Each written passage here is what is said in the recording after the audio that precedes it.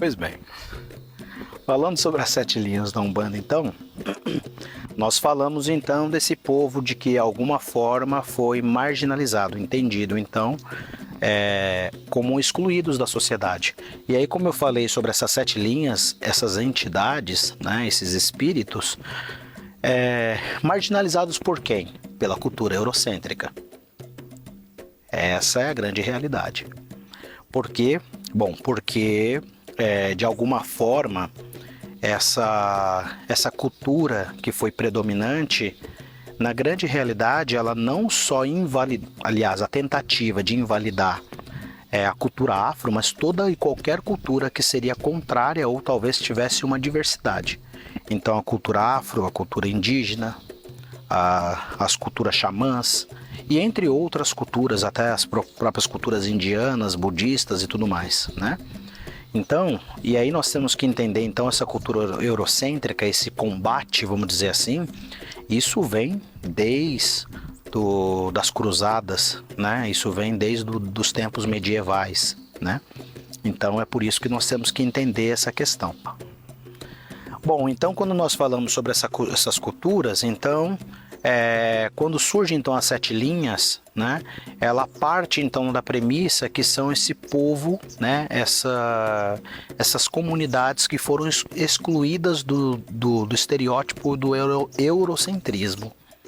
Pois bem, então se surge então a linha dos caboclos, né?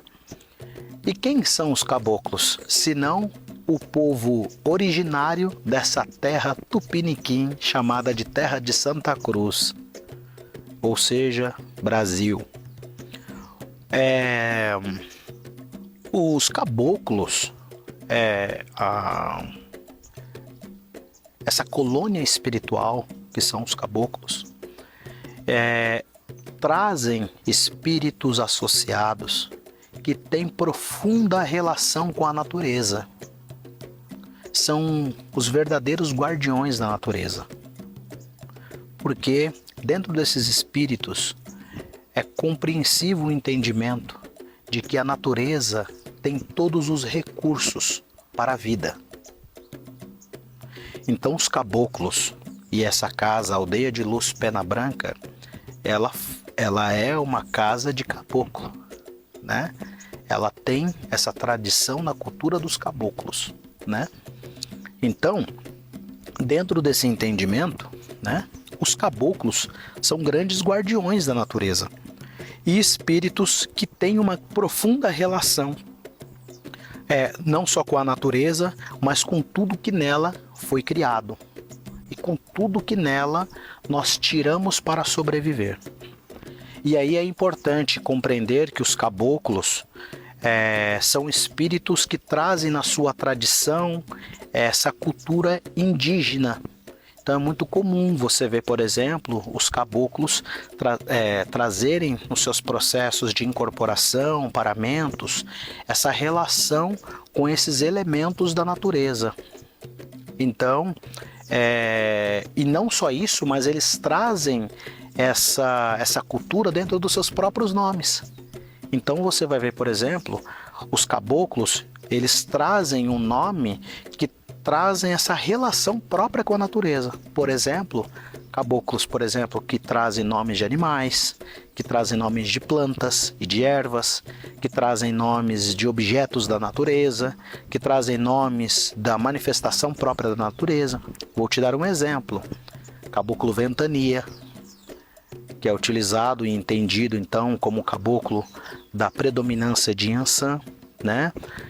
Temos os caboclos então que trazem essa relação com nome de animais, como caboclo, por exemplo, cobra coral, caboclo jiboia, né? Temos caboclos que trazem nome de ervas e plantas e flores, por exemplo, caboclo girassol, caboclo pai Guiné, nós temos também caboclo Guiné, né? Caboclo arranca-toco, né? E entre outros nomes, né? Então, e não somente essas denominações que trazem essa relação com a natureza, mas também que trazem uma cultura originária, principalmente do Tupi-Guarani, que é uma cultura linguística e uma cultura social que nós temos difundida na nossa sociedade hoje. No caso do Pai Pena Branca, o Pai Pena Branca é o Pai Pena Branca da aldeia de Luz Pena Branca, né? É sempre importante ressaltar isso. O Pai Pena Branca, ele vem da tribo Iauanauá, muito conhecida hoje, que habita ali naquela região do Acre, né? Naquela divisa da fronteira, né? O Pai Pena Branca vem dessa tribo chamada Tribo das Queixadas, né? O Pai Pena Branca traz nessa representação pena branca. É aquilo que se desprende para ir em elevação. Então os caboclos de pena, né, nesse caso essa representação das penas, elas trazem esse simbolismo, né, para a elevação. Então Pai Pena Branca, então, a pena que se desprende em elevação à luz maior. A luz de Olorum ou a luz de Tupã. Então, Pai Pena Branca, da aldeia de Luz Pena Branca, ele tem essa história, esse histórico também, dentro da tribo Iauanauá, né? E mais para trás, em encarnações um pouco mais ancestrais, ele tem uma passagem no norte da América, né? Dentro da tribo Cheyenne, né? Então, o Pai Pena Branca, ele tem essas passagens dentro dessas tribos indígenas, né?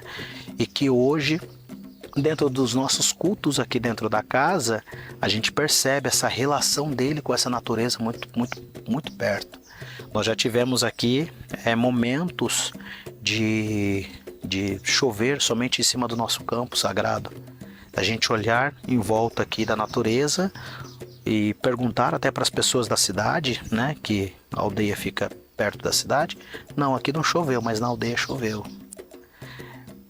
Principalmente quando o Pai Pena Branca vai fazer os trabalhos com as medicinas, né, espirituais, é muito comum aqui na casa a névoa se fazer presente, né? Quando a névoa aqui nessa casa se faz presente, a cultura aqui dentro o Pai Pena Branca está presente, né? Porque o Pai Pena Branca tem uma profunda relação com a neve das montanhas. Ele tem uma profunda relação com o alto das montanhas.